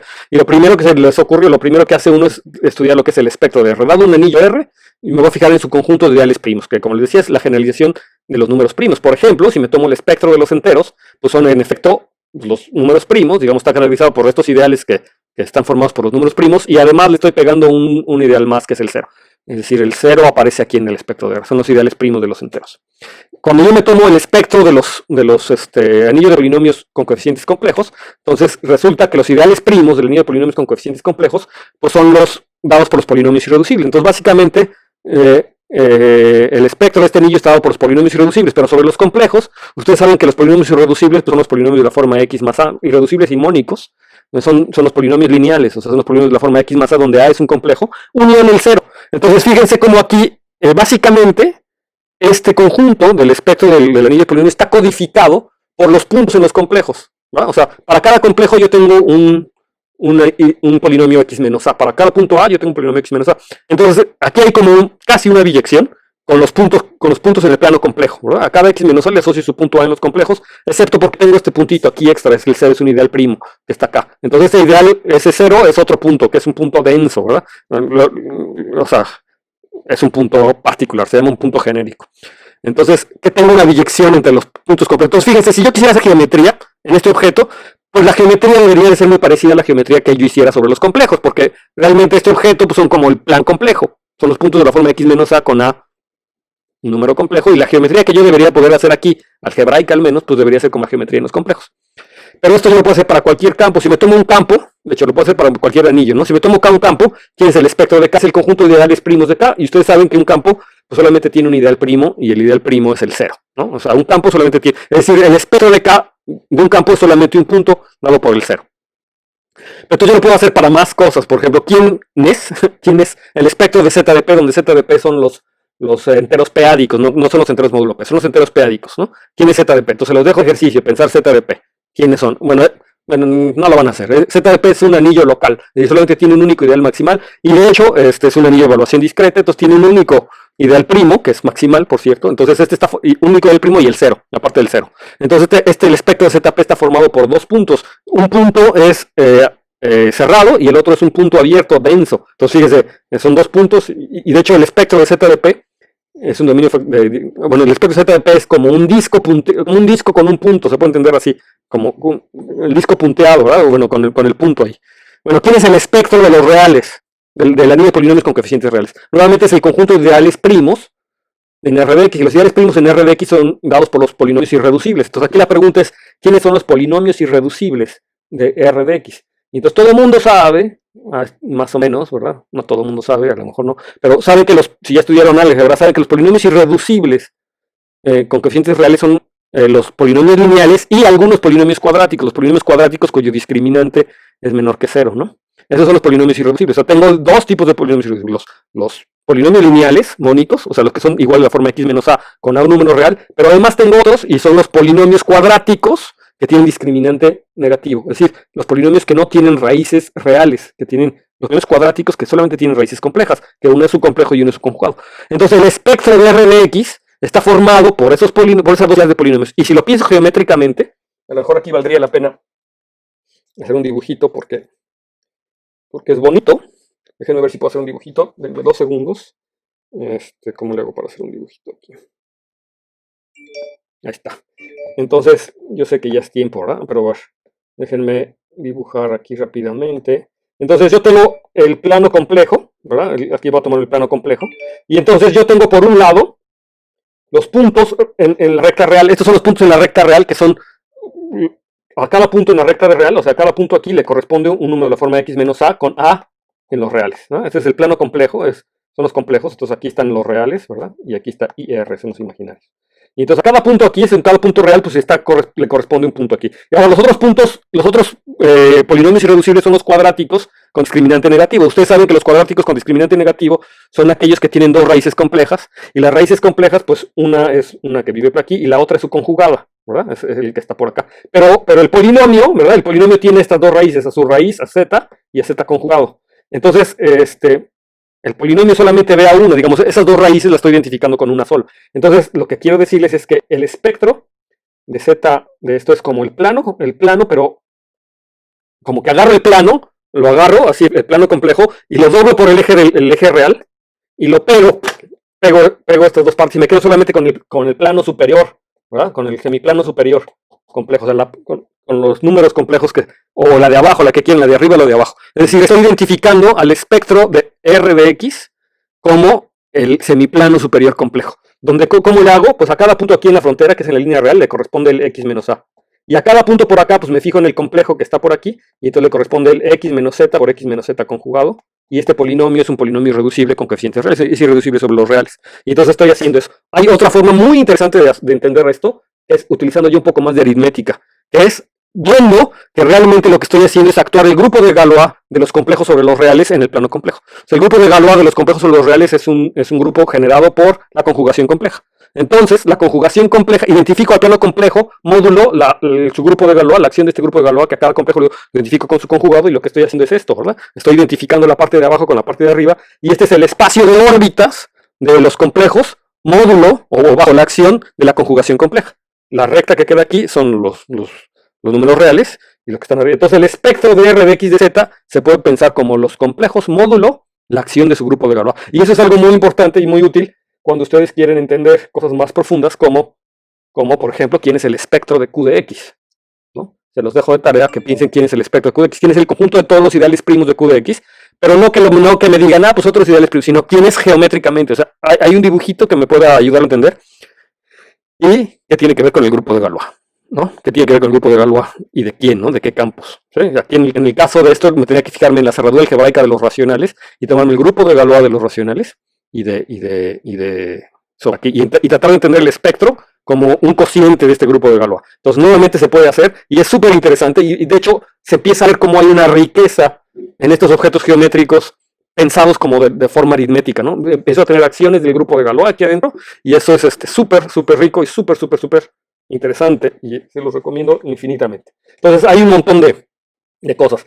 Pero para hacer geometría no me basta pues un conjunto, ¿verdad? O sea, para hacer geometría en realidad yo necesito mucho más que un conjunto.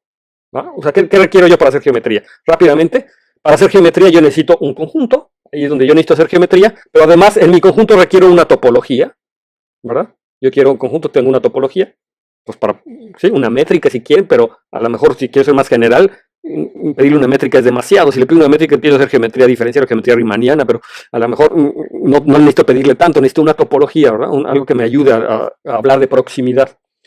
Necesito decir cuáles son las funciones que yo tengo ahí, las funciones definidas en los abiertos y funciones con variable real, y esto quiere decir tratar de entender lo que es la gavilla, es lo que es la gavilla estructural de mi objeto.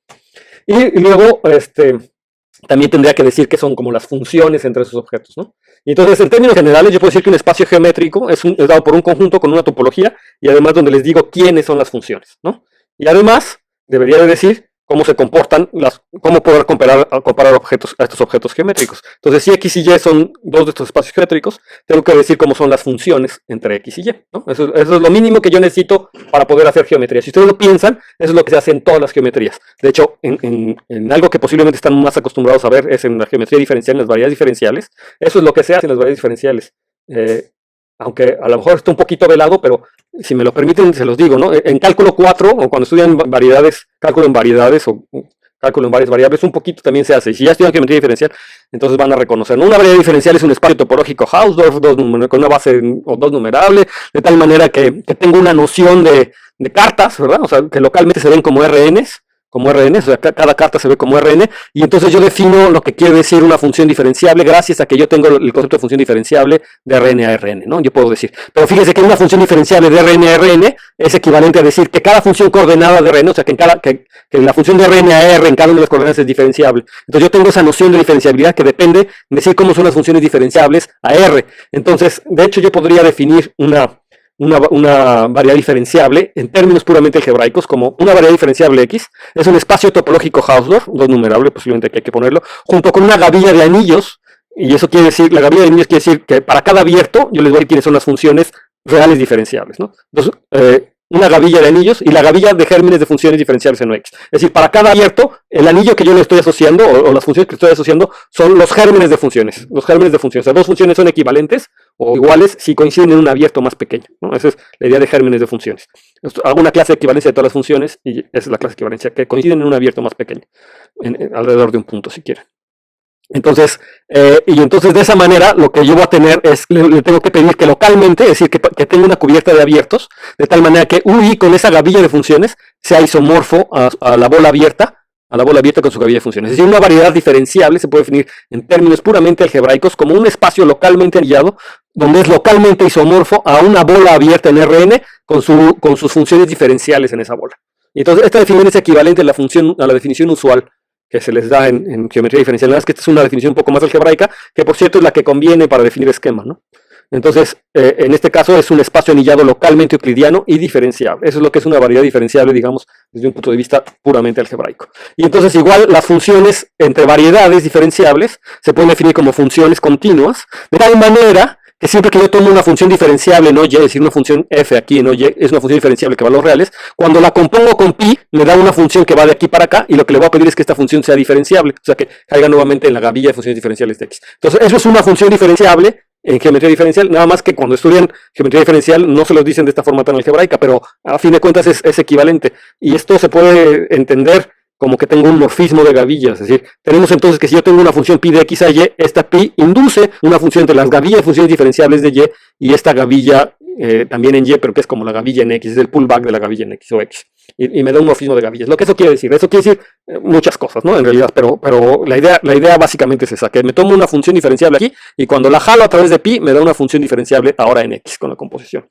Y entonces eso es, digamos, que lo que yo requiero para poder hacer geometría. Y este ejemplo de la geometría diferencial pues también sucede en la geometría compleja, también sucede en las variedades topológicas. Las variedades topológicas también se pueden definir de esta forma. En la geometría euclidiana, en la geometría analítica, yo tengo todas estas características, tengo espacios, les defino quiénes son las funciones definidas en los abiertos y todas estas características. En la geometría algebraica, por supuesto, la geometría algebraica clásica, en otros tipos de geometrías también funciona así, con sus particularidades, pero funciona así en la geometría rígida, en los espacios de Berkovich, en la geometría tropical. Siempre como yo tengo espacios y tengo sus abiertos y trato de decir, o sus funciones, no trato de decir quiénes son sus funciones, y podría irme a la geometría logarítmica. Hay un montón de geometrías que existen, y en particular en la teoría de esquemas, ¿no? Yo podría definir así. Y entonces, ¿qué es un espacio anillado? Entonces, un espacio anillado está formado por un espacio topológico X y una gavilla de anillos X que se llama la gavilla estructural. Eso es un espacio anillado. Ya lo estamos acercando a la definición de esquema ahora, ¿sí?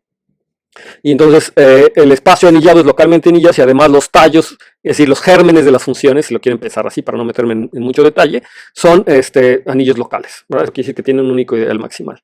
Y entonces aquí les pongo la idea de, esta es una gavilla en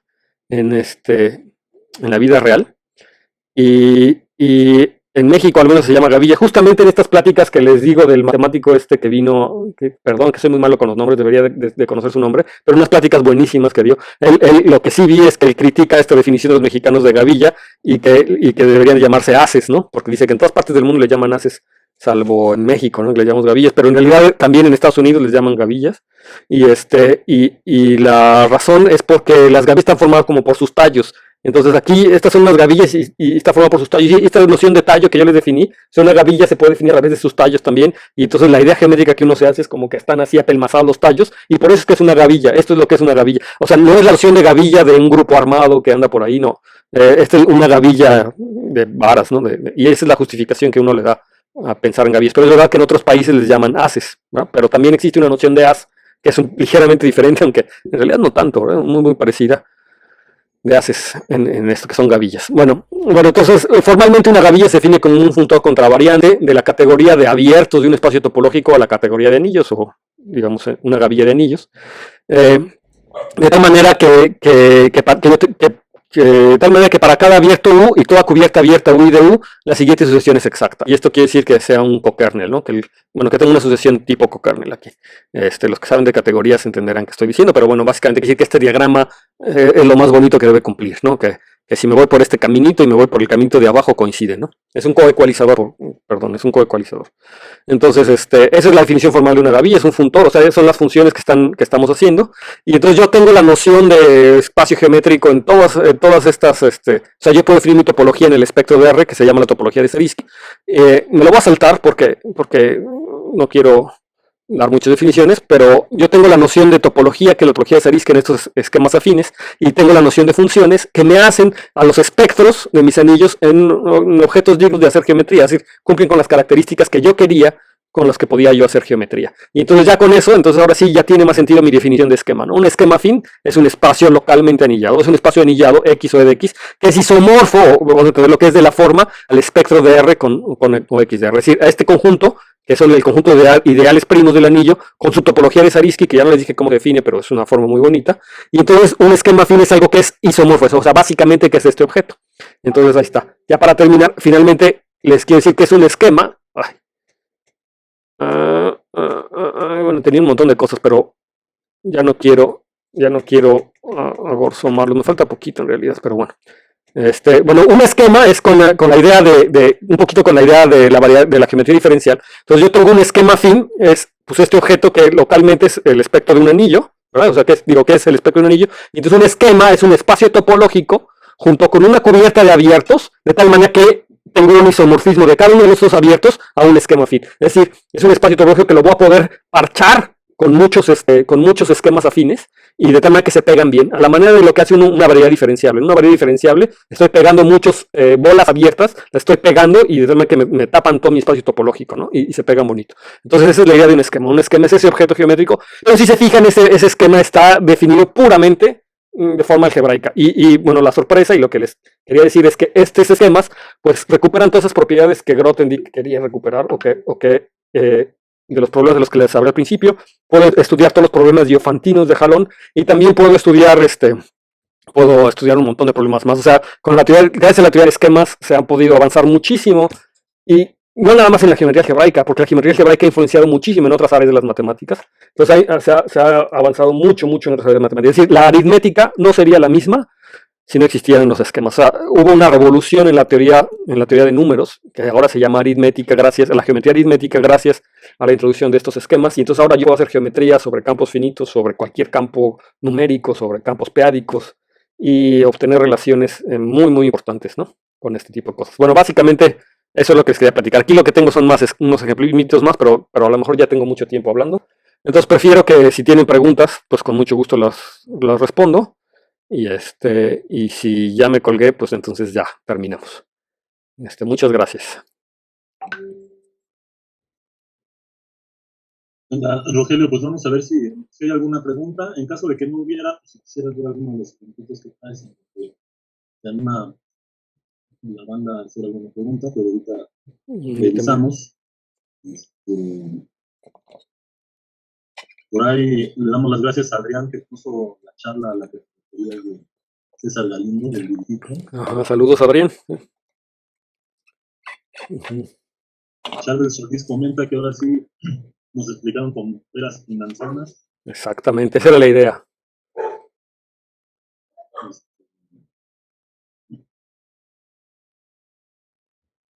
Carlos Adrián pregunta: la equivalencia entre esquemas y anillos conmutativos con unidad se puede entenderse y expresarse en un contexto no conmutativo, en el sentido de geometría no conmutativa. Mira, yo no soy experto en geometría no conmutativa, no sé mucho, pero sí sé que sí lo hacen. Es decir, sí puede uno considerar a los ideales maximales de un anillo cualquiera. Y de hecho, eso tiene que ver con las álgebras de asterisco y este tipo de cosas. Uno puede hacer análisis ahí y muchas cosas, ¿no? Pero sí, en física sé que lo utilizan. Se toman anillos no conmutativos y hacen básicamente lo mismo. Es mucho más complicado, ¿no? Hay particularidades más, o sea, es decir, trabajar con cosas conmutativas siempre es un poco más amable. Con cosas no conmutativas, pues la cosa se vuelve todavía más difícil.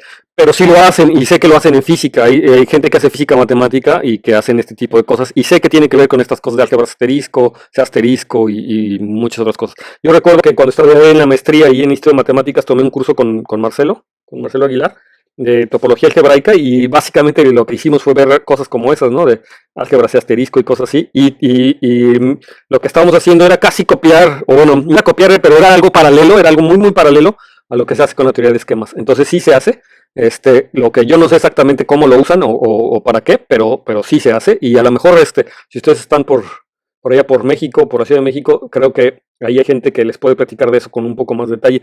O sea, en principio a lo mejor Marcelo tiene una idea más clara de cómo se utiliza eso, o sea, de esos espectros y de fijarse en los ideales maximales de un anillo no conmutativo. Pero sé que la gente que hace física matemática también, creo que, ¿cómo se llama? La gente que está en el Instituto de Matemáticas, Micho, creo que él podría ser también una persona que podría saber de eso. La verdad, yo no sé mucho de eso, pero sí sé que sí lo utilizan y que es algo fuerte, ¿no? O sea, es algo importante. ¿Sí? Gracias, Rogelio. Carlos Adrián. Levent Arturo pregunta: ¿hay información que se pueda detectar con esquemas, pero que no se pueda detectar de manera clásica? Sí, hay un montón de información. Por ejemplo, la teoría de deformaciones de esquemas. O sea, cuando yo estoy estudiando una variedad algebraica y la quiero deformar, eso se entiende mucho mejor con esquemas que si lo trato de hacer sin esquemas. Es decir, a lo mejor sin esquemas lo puedo hacer, pero entenderlo a través de esquemas o deformaciones como esquemas es mucho más natural porque, bueno, por diversas razones, pero aparecen, digamos, ahí los esquemas aparecen mucho más naturalmente. También cuando uno trata de estudiar espacios móduli, que por cierto también tiene que ver con estas deformaciones, cuando uno trata de estudiar espacios móduli, también es más natural entenderlos a través de esquemas. ¿Sí? O sea, cuando yo estudio familias de variedades de objetos geométricos, imagínense que yo tengo una familia de objetos geométricos y quiero entender esa familia. Y yo me pregunto si existe un espacio que me los parametriza, y si el espacio que me los parametriza además tiene una estructura algebraica interesante. Por ejemplo, si es una variedad algebraica. Eso sería como el espacio móduli, ¿no? Pues resulta que muchas veces es más fácil ver que es un esquema, ¿no? Que una variedad algebraica. Y a veces muchas veces no es ni siquiera una variedad algebraica, y a veces ni siquiera es un esquema, sino es un stack, ¿no? Entonces esos objetos geométricos que generalizan las variedades algebraicas dan respuesta a muchos problemas de clasificación que en variedades algebraicas antes no existían. Otro ejemplo típico es que, por ejemplo, lo que estaba haciendo ahora, ¿no? Que me tomo una variedad algebraica cociente con un grupo, es decir, me fijo en el espacio de órbitas con un grupo, ese objeto que obtengo, me gustaría que fuera un objeto geométrico. Resulta que rara vez es una variedad algebraica otra vez. más bien son esquemas y a veces ni siquiera esquemas, también son stacks, de ahí también la importancia de tener stacks. Entonces, cuando yo estoy tratando de estudiar problemas de clasificación, de formaciones y este tipo de cosas, aparecen muy naturalmente los esquemas. Ahora, en geometría no sobre los complejos, es decir, sobre campos finitos, pues sin esquemas, o sobre campos finitos, sobre campos peádicos o campos numéricos, sin esquemas sería muy, muy difícil hacer geometría. De hecho, las conjeturas de Weil, la demostración de las conjeturas de Weil claramente tiene que ver con esquemas, ¿no? Y la relación que existe entre esto que les comentaba, ¿no? Los números de puntos racionales y los números de Betti y el número de Bayes que tiene la variedad, pues eso difícilmente se podría expresar si no fuera gracias a los esquemas, ¿no? De hecho, toda la aritmética, o sea, bueno, al menos toda la gente que yo conozco que hace aritmética, que hace geometría aritmética, que tiene mucho que ver con geometría algebraica, todo lo hace con esquemas, ¿no? Es el lenguaje natural con el que uno entiende la teoría de números.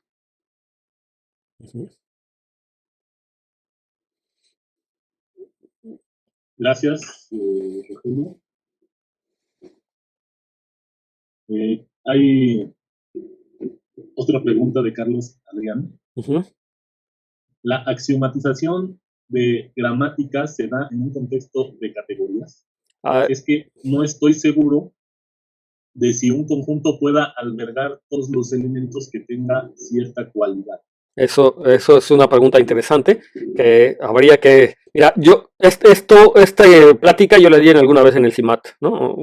Una cosa como esta. Y alguien en el público me dijo, es que sí existe una teoría gramática que se hace más o menos así. Y me dijo, están los trabajos de no sé quién.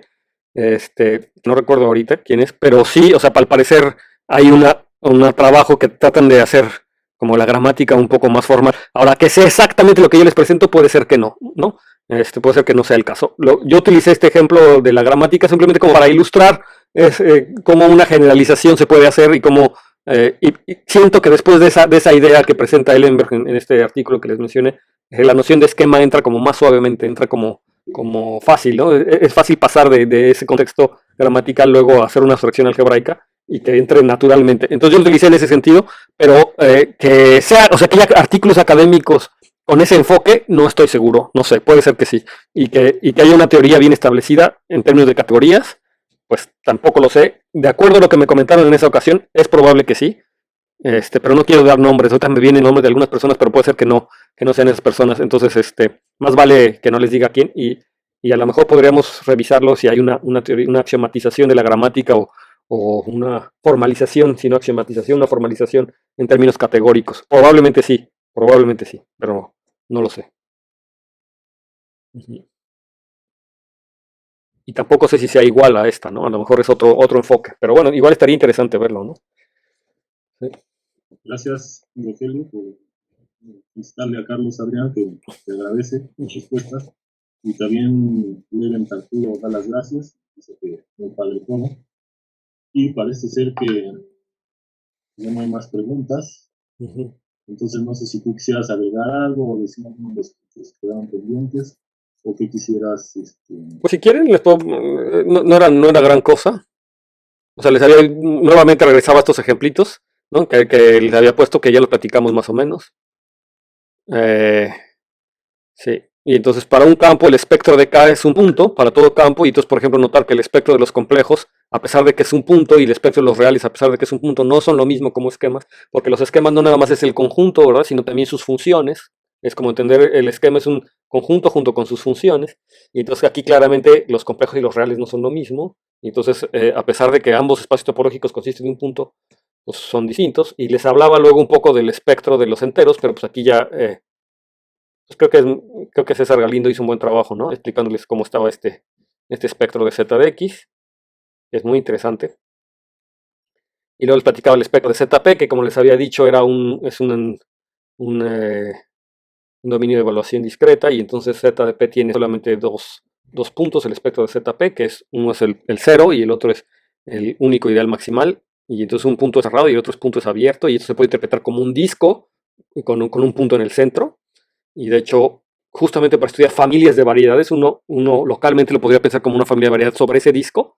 Y entonces en el 0 yo tengo una variedad algebraica, y sobre el otro tengo como una familia de variedades. Y entonces no sé, uno puede preguntarse muchas cosas muy interesantes como la teoría, uno puede estudiar como teoría de Hodge en esos objetos, de ahí es donde viene estas familias, o sea, de formaciones de variedades y estudiar la teoría de Hodge, cómo varían las cohomologías en estos esquemas y eso. Uno puede estudiar ahí la monodromía y la acción de la monodromía en estos objetos, que son análogos a lo que hace uno en geometría algebraica sobre los complejos, por ejemplo, ¿no? Y entonces el espectro de ZP es como un disco, como el disco unitario, cuando estudio una familia de variedades sobre ese disco, una cosa así, ¿no? Pues básicamente ya, ¿no? O sea, son detallitos que creo que los dije, o sea, para no repetirlos, creo que está perfecto si me los salgo, no pasa nada.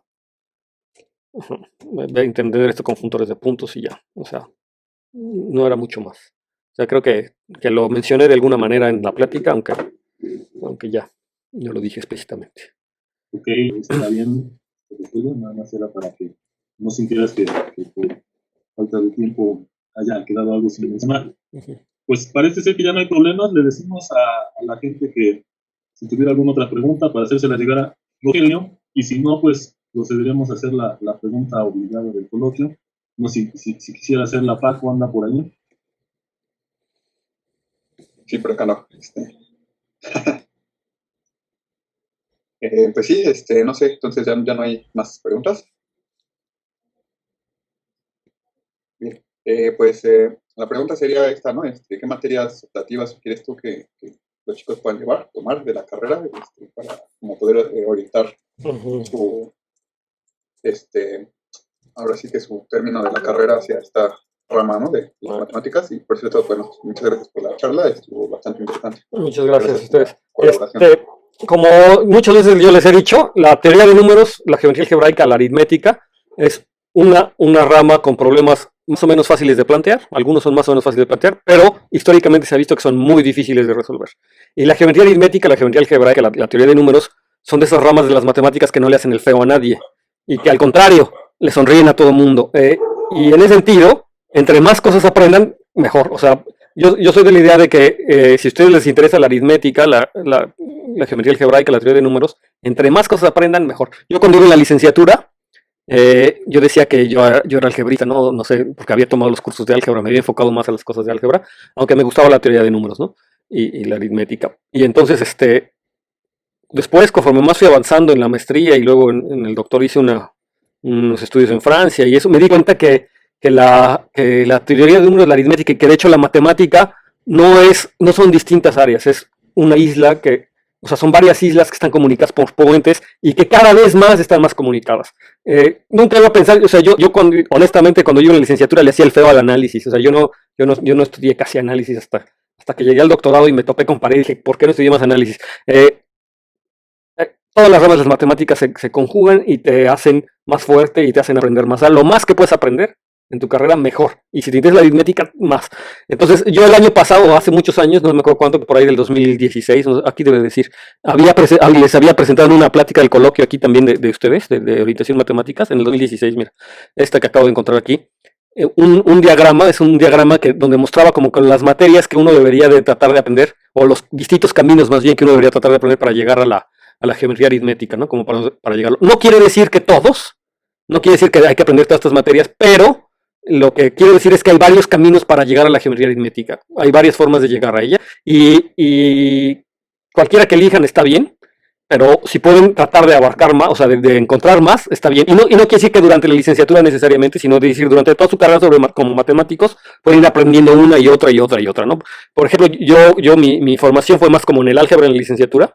Entonces yo, por ejemplo, estudié la álgebra superior 1 y 2, la teoría de números 1 y 2, que es la básica, y luego tomé algún seminario de teoría de números algebraicos, y luego las álgebras usuales, la teoría de grupos, teoría de Galois, y módulos, y luego ahí salté álgebra conmutativa, luego geometría algebraica, y bueno, por aquí fue mi camino, ¿no? Aunque pues también me fui por aquí, ¿no? Hay algo de análisis, variable compleja y geometría compleja, todo esto por aquí puede uno llegar. Pero también le puedo quedar uno por la geometría diferencial, la topología algebraica, que es muy importante, llegar a la aritmética, y la geometría riemanniana. O sea, básicamente hay como muchas formas de entrarle. Hay gente en la geometría aritmética que pues hace cosas muy parecidas a lo que se hace en topología algebraica, o hay gente en aritmética que hace cosas que se parecen mucho a la geometría compleja, y entonces, o cosas muy algebraicas, ¿no? Muy algebraicas.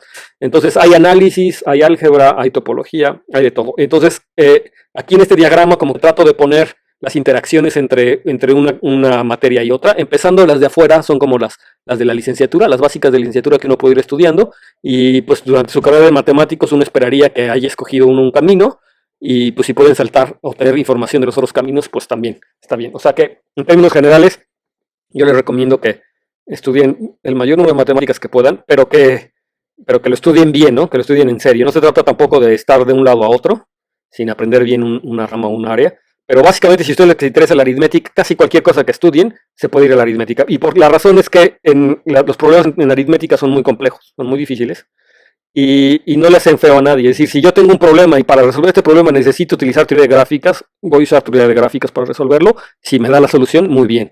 Y si tengo un problema y este problema más bien lo voy a utilizar carcajes y teoría de representaciones de álgebras, entonces pues los carcajes y la teoría de representaciones de álgebras me va a servir para demostrar mis problemas en aritmética, en geometría aritmética. Entonces, básicamente hay cualquier cosa. Ahora, ya siendo un poquito más específico, si quieren que les haga una cosa más específica, pues sí recomiendo que tomen un curso de geometría algebraica o varios cursos de geometría algebraica, de topología algebraica y de álgebra conmutativa, por supuesto los cursos básicos de álgebra, y pues yo les hablaría de mi camino. O sea, yo tomaría álgebras, muchas álgebras, álgebra conmutativa, geometría algebraica, y por supuesto pues tratar de tomar estos cursos de teoría de números o teoría algebraica de números.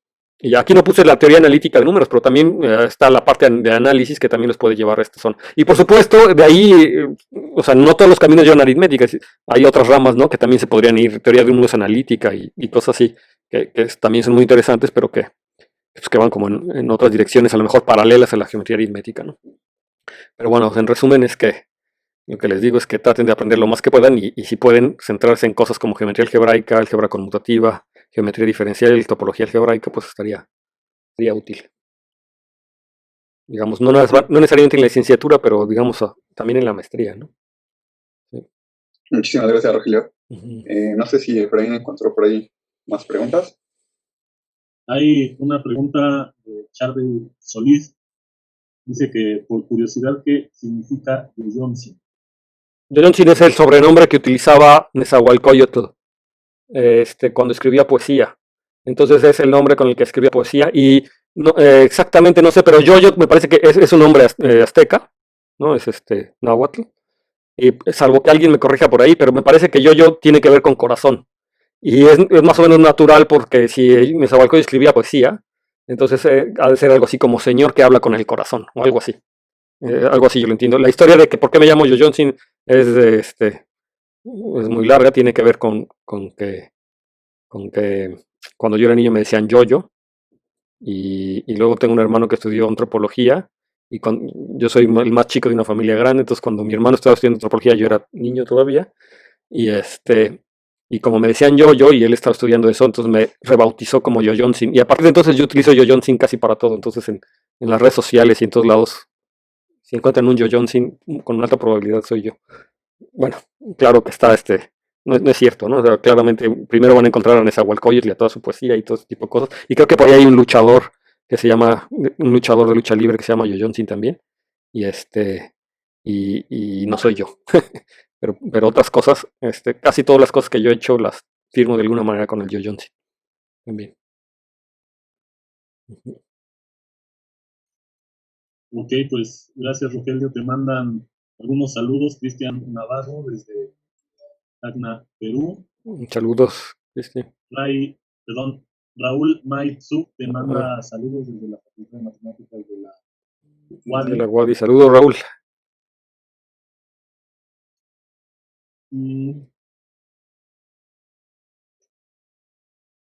Ya, pues que estamos en esas, yo hago promoción, ¿no? La gente que quiera, yo estoy en el CIMAD Mérida, y el CIMAD normalmente la gente lo conoce porque está en Guanajuato, pero tiene varias unidades foráneas, digamos, que están en distintos estados. Uno es en Mérida, y pues ahí estamos, es un lugar muy agradable, y ahorita está la pandemia, pero en general Mérida es un buen lugar, y el CIMAD Mérida está muy bonito, y pues con mucho gusto ahí lo recibimos para tesis, maestrías, doctorados, lo que quieran.